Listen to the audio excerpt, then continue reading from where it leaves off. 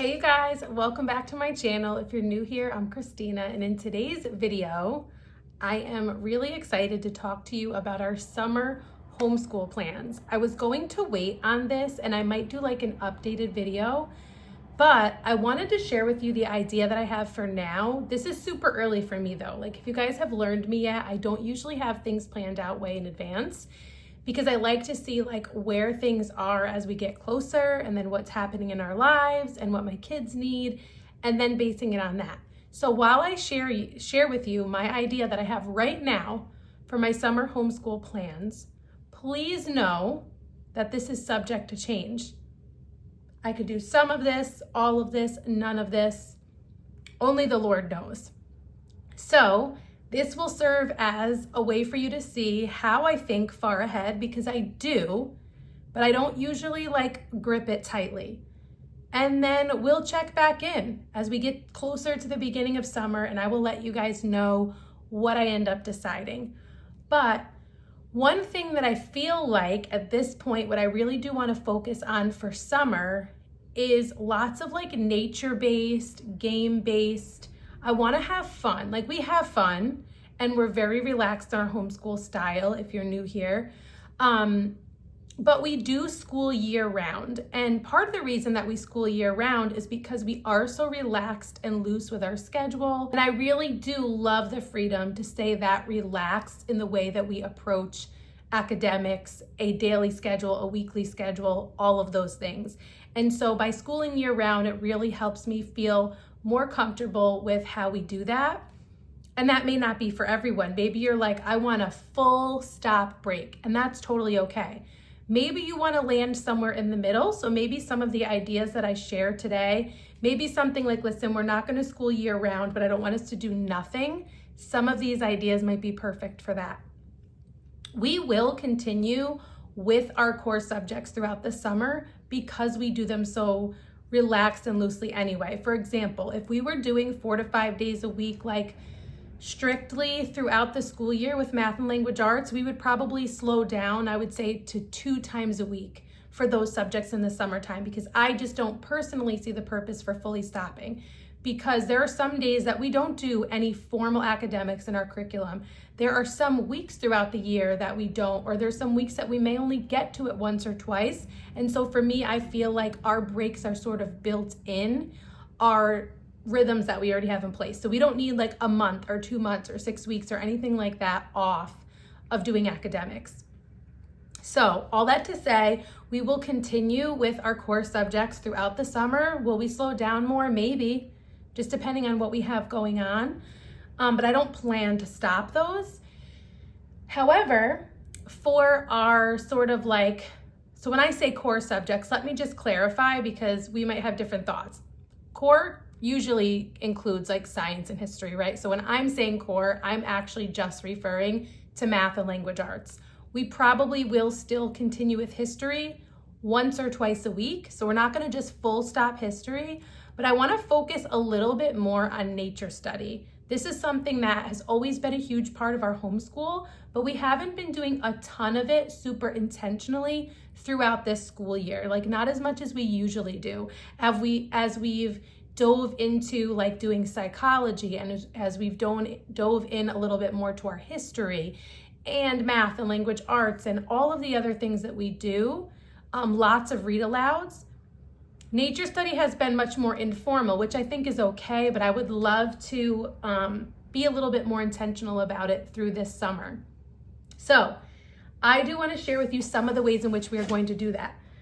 This is not everything. And like I said, some of these things may end up getting bumped. But the first thing that I'm really excited to do with my kids, and this is something that will be more self-led for them, we love these drawing books by The Good and the Beautiful. And when I saw that their newest one is Flowers and Plants, I was really excited because it goes along with me wanting to do nature study with them a little bit more, or be more intentional about it throughout the summer. We still will do some notebooking. So just like your classic nature study notebooking where they're observing nature in and outside of our home, at the park, all of those things. And I find that these simple drawing books can really help build their confidence when they're out observing things in nature. And while it might not be the exact flower, or this is a more simplistic drawing, it does help them think about how you can draw something step by step. So I really love these drawing books. This is specifically for my 5, 6, and 9-year-olds. My 13-year-old is a very advanced artist. Like, he blows me away sometimes with his art. So these are not necessarily for him. However, if you do have a younger teen that's not feeling confident in art, they may actually find these really fun. So keep that in mind. So this is one of the things that we'll be doing. I have one main area of focus. It's not going to be the only focus, but it's going to be the only, like, I would say, in-depth area of focus that I plan on having in terms of nature study this summer, and that is birds. So if you've been around, you know how much I love birds. I have a whole notebooking guide for the Burgess Bird Book for Children.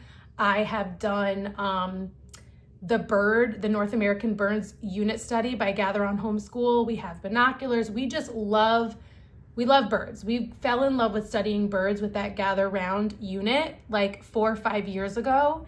And so I'm really excited to dive back in, because I thought, like, I've been putting it off every year. I'm like, we've studied birds enough. We know enough about birds, like, no need to continue. But then I realized, like, for my 5 and 6-year-olds, if we did that 4 or 5 years ago, like, my littlest did not learn about birds. My 6-year-old is a bird enthusiast, but he didn't really get much formal learning about birds. And then my 9-year-old was super young. So this is going to be, although this is for grades 3 through 8, I'm going to do this with all 4 of my youngest children. I don't really want to think about or talk about the fact that my oldest is graduating this year. And so, yeah, I'm going to leave it because it's going to make me emotional. But this is for grades 3 through 8. My oldest, who is still being homeschooled, will be in 9th grade next year. He's 13, but I am still going to include him in this study. But this is going to be all of my 4 youngest children, ages 5 through 13. We are going to study birds. And there are a couple different ways that we're going to do that for the different ages.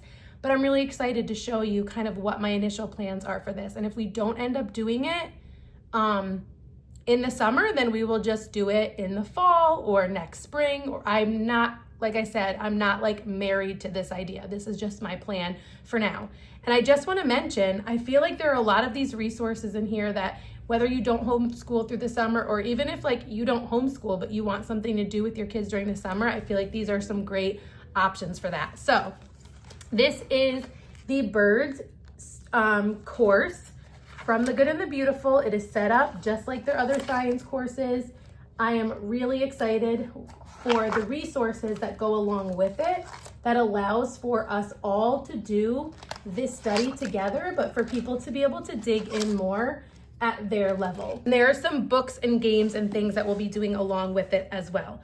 So I did grab the bird watching notebook.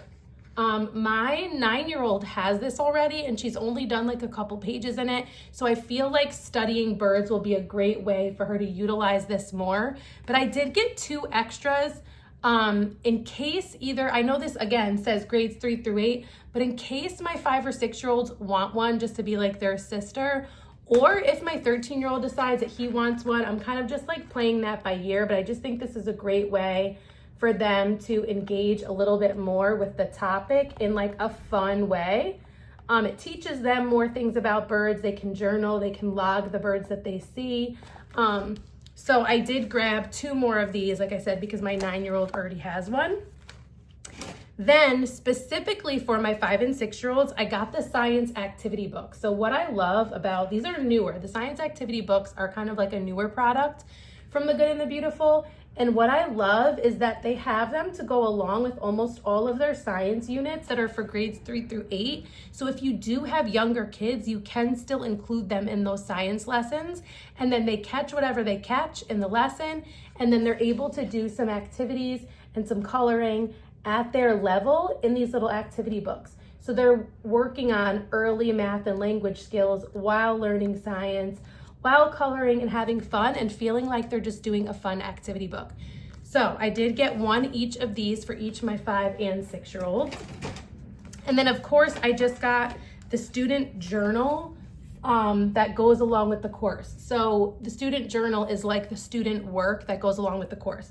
So you could essentially just get the birds course and the student journals if your kids are between the ages of grades 3 through 6, and then they have the 7 and 8 extension journals. I actually didn't get the 7 and 8 extension journal for my 13-year-old because I just kind of felt like I do want him to keep going like pretty steadily with his math and language arts. He'll still have some history things, and I really want him to focus on some reading, like some solid reading during the summer. So I actually didn't get him the student journal. So he's gonna sit in on the lessons with us, and maybe he'll do some bird watching if he's into it.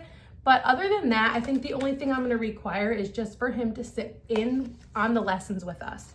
So that's what I got in terms of like independent things that they're going to be doing to go along with that bird study. And then I got a couple of the books. So I got this book called Mission Migration, which is just a fun picture read aloud. But as you can see, lots of text.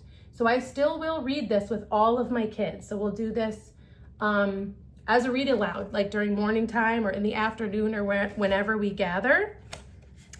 And then there's also this book, which is the Songbird Study. And so I will read this. This is more one that will read like a couple pages a day, maybe one bird a day, or a few birds a week, or something like that. Keeping with the theme of birds, I also grabbed this Snatch a Birds of Prey game for them, because I really do, like I said, I want summer to be a time of learning, but also a time of fun. So there's this whole game. I'll have to figure out how to play it with them, but they really love games. I am not a huge game person, but it is something that I've been trying to challenge myself with, to be more intentional about like doing games with them, but then also just having games available for them to play. Like we do have quite a few games, but I really also love the idea of them having games that go along with and reinforce the things that we're learning. So that game will do that. It's lots of bird facts. Now, this keeps with the theme, but it's not about bird facts. So I also did grab Snowy Owl Subtraction. Now, honestly, I didn't grab this because of the bird theme, because I also got Anteater Edition. I got them because I wanted games that reinforce addition and subtraction facts for my 5 and 6-year-olds. And so, same thing, these are card games.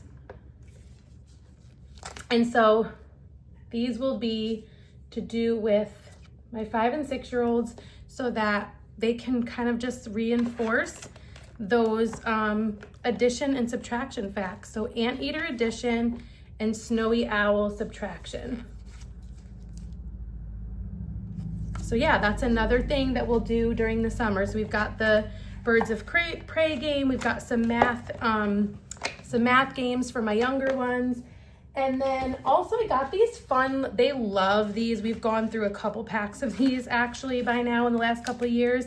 These actually came out with the US Government and Constitution unit. That's when we got ours, because there are like student journals that you color in for those.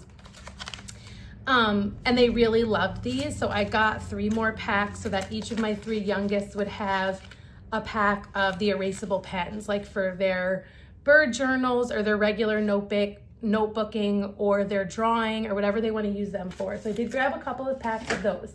Now, that may end up being enough. Like maybe we spend the whole summer just digging into birds and having fun and drawing some of the flowers and plants and all of those things. And I figured flowers and plants would also go along with birds, because if they're nature journaling and they see birds around the flowers and plants, they can kind of work all those things together, especially because there is also a drawing 100 easy birds, fun and easy birds. We have that one already, so it'll be kind of cool for them to be able to combine those in creative ways. But I did get one more thing in case we decide to go with one more science unit during the summer. And I'm gonna be honest with you, I did it only because I saw this Rocks and Minerals kit and I thought it was cool. And I thought my kids would really like it. So at first, to be honest with you, I was just gonna get this and the Rocks and Minerals book that they had. So I was just gonna get these. And then I saw the science activity books that I thought looked super fun for my youngest two, my 5 and 6-year-olds. Because they also have Bones and Stones, which is the science for little hearts and hands, that we still have a bunch left in to do. We kind of like did a few lessons and then took a break from it.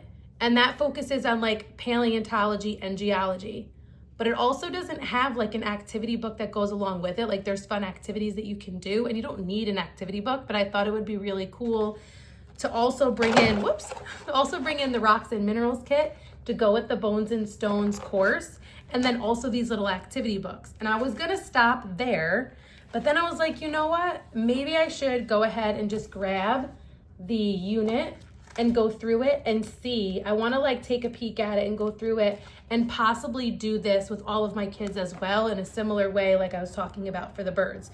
So I didn't get the student journals yet because I can't decide what I wanna do with this yet. And I figured I have some time. I would be starting with birds either way. If we end up doing the birds, then I would be starting with that. And then I figured this would be like end of summer, probably by the time we get to this, if we go this route.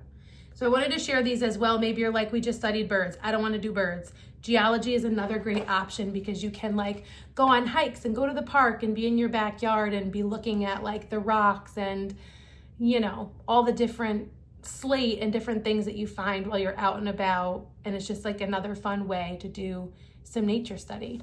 So that is all I got for summer. Like I said, this is subject to change, but I did want to show you guys what I got and what I have planned and kind of what my idea is so far for summer. But I will, of course, keep you guys posted. Let me know, do you homeschool year round? Do you just keep going like the same? Do you slow down, or do you just take like a full break? And if you are doing anything for the summer, what are you planning to do? Are you doing any fun unit studies? I'd love to hear what you have planned too, because I am always open to switching things up if I find something that I feel like would be a better fit. So I will link all of this down in the description box below. It is all from The Good and the Beautiful. So it should be pretty easy to find.